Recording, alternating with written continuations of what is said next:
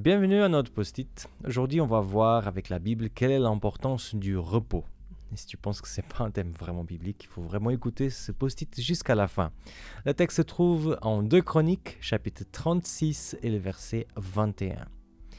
Il dit comme ça le texte. « Ainsi se réalisa la parole que le Seigneur avait prononcée par la bouche du prophète Jérémie. Le pays sera abandonné pendant 70 ans. Jusqu'à ce que soit achevé son temps de repos pour compenser les périodes de repos qui n'ont pas été observées. » Alors, le contexte de cette histoire, c'est la déportation babylonienne. Donc, les Babyloniens sont venus en Palestine et ils ont pris une bonne partie des Israélites, ils l'ont amené dans leur pays pour faire des esclaves. Mais Dieu avait donné une promesse de retour. Et là, quand on lit ce texte, on est vraiment en contact avec cette promesse. Et en même temps que le Seigneur fait une promesse, il essaie un peu de donner les raisons aussi de cette déportation. Pourquoi Dieu n'a pas empêché cette déportation. Avec beaucoup d'autres textes dans la Bible, on s'aperçoit qu'ils n'ont pas été obéissants. Et comme ils n'ont pas suivi ce que Dieu l'avait prescrit, voilà, cette déportation est arrivée. Mais ce texte, il est délicieux, parce qu'il va dans le sens de nous donner encore plus de détails, aller plus en détail par rapport aux raisons qui ont amené Dieu à ne pas empêcher cette déportation.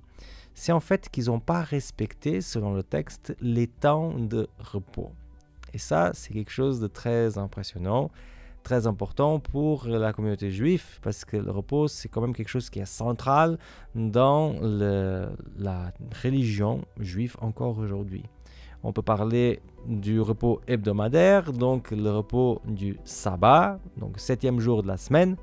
On pourrait aussi parler à l'époque des repos des fêtes, qui étaient aussi des jours de repos, où ils devaient fêter, où ils devaient se rassembler. Mais on a aussi quelque chose qu'on ne parle pas tellement au niveau biblique, mais qui c'est quelque chose qui est quand même migré vers notre vocabulaire d'aujourd'hui, c'est l'année sabbatique. Aujourd'hui, l'année sabbatique, c'est lorsque quelqu'un décide de ne pas travailler pendant un an.